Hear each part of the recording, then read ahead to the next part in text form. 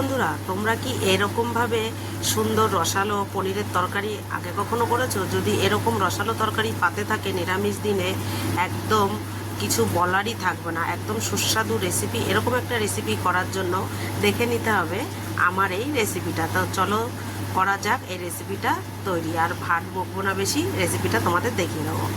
Hello friends, তো আজ আমি বানাবো দেখো পনিরের সবজি। একটুখানি পনির একজনের জন্য করব।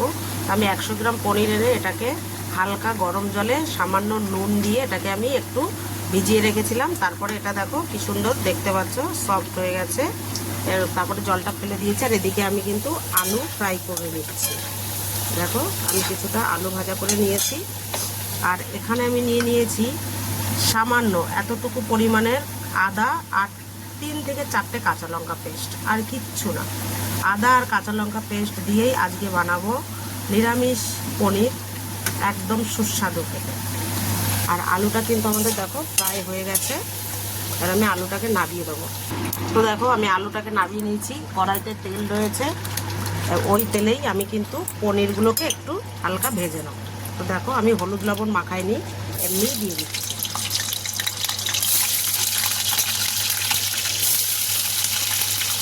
লবণ মানে হালকা নুন দিয়ে হালকা গরম জলে এটাকে ভিজিয়ে রাখলে পনিরটা সফট হয়, শক্ত হবে না, আর সুন্দর নরম তুলতুলে থাকবে।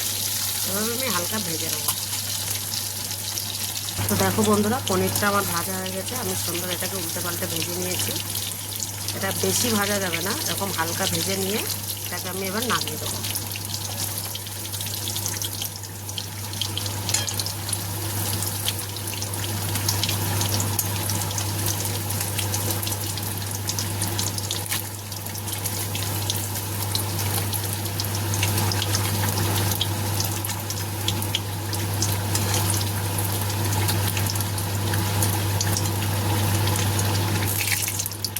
ওখানেই কিন্তু তেল রয়ে গেছে। আমি তেলে সামান্য জিরে, গোটা জিরে ফোড়ন দিয়ে দেবো।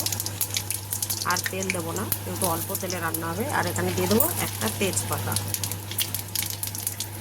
এটা যেই ভাজা ভাজা হয়ে যাবে, জিরেগুলো একটু কালো কালো হয়ে যাবে, তখন কিন্তু আমি এখানে দিয়ে দেবো এই যে আদা রসুন, এই আদা আর কাঁচা লঙ্কার পেস্টটা।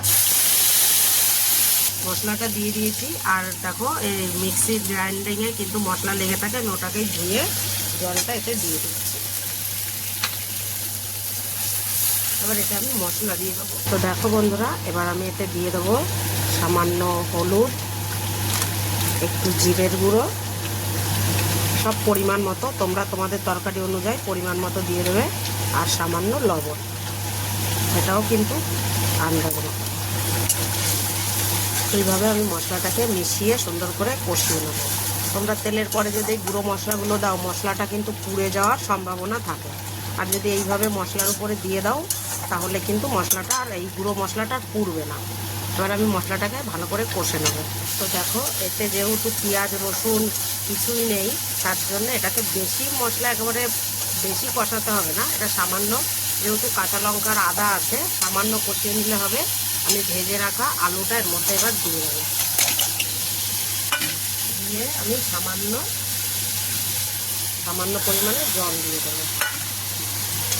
দিয়ে এটাকে আলুর সাথে ভালো করে কষিয়ে নেড়ে চেড়ে একটু কষিয়ে নেব।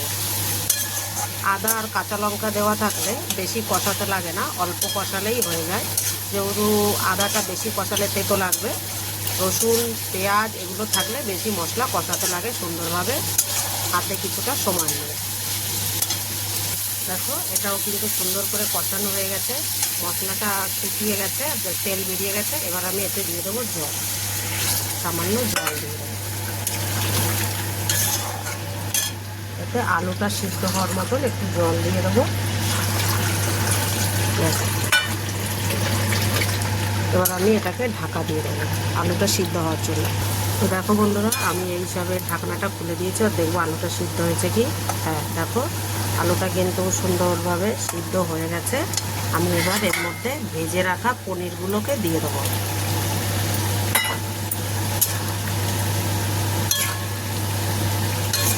ভেজে রাখা পনিরগুলো আমি এর মধ্যে দিয়ে দিলাম।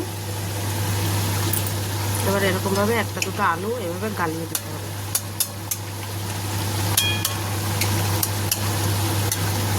দেখতে পাচ্ছ বন্ধুরা, আমি একটা দুটো আলুকে ঘেটে দিয়েছি এতে, আর ঝোলটাও একদম পরিমাণ মতন হয়ে এসছে। এবার এতে আমি দিয়ে দেবো গরম মশলা, সামান্য গরম মশলা। এটাও কিন্তু তোমরা তরকারি অনুযায়ী গরম মশলাটা দেবে, যেহেতু বেশি দিলে গন্ধই খাওয়া যাবে না, আর গরম মশলাতেও ঝাল আছে, ওটাতেও কিন্তু ঝাল হয়ে যায়। তো এবার আমি তরকারিটাকে নামিয়ে নেবো, আমার তরকারিটা রেডি। তো দেখো তরকারিটা আমি নামিয়ে নিয়েছি, আর তোমরাও এরকমভাবে বাড়িতে বানিয়ে দেখবে। ভালো লাগলে অবশ্যই লাইক, কমেন্ট, শেয়ার, সাবস্ক্রাইব করতে একদমই ভুলবে না। ভালো থাকো, সুস্থ থাকো, আর পাশে থাকো।